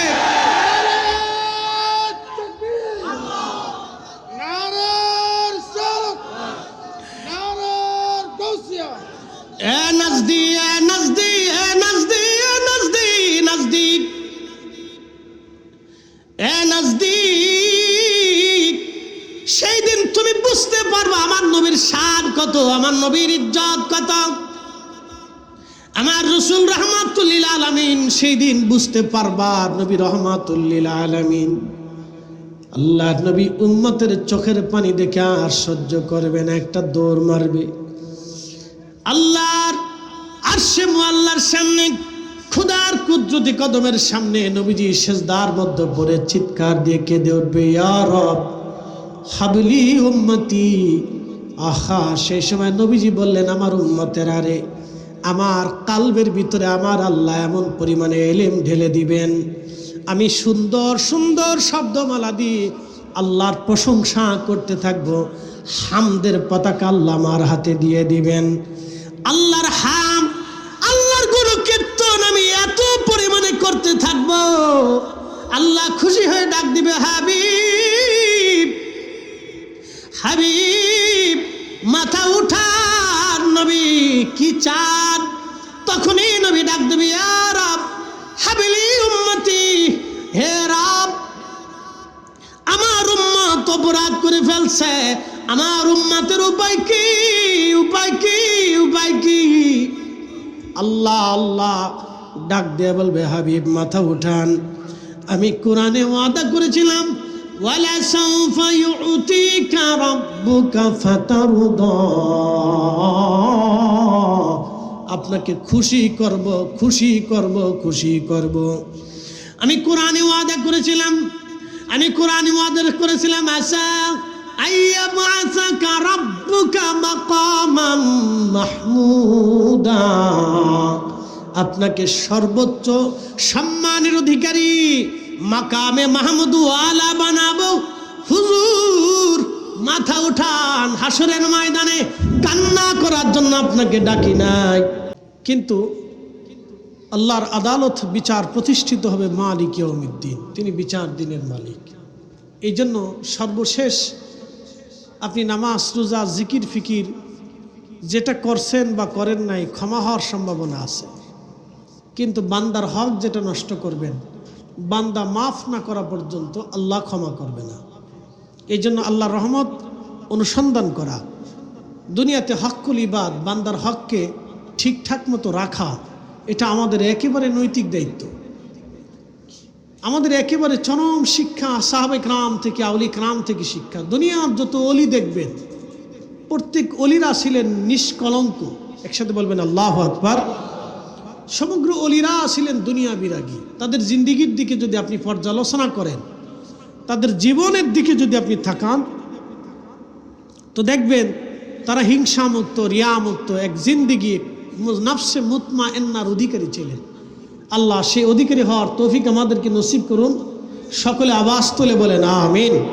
ওয়া আখিরি দাওয়ানা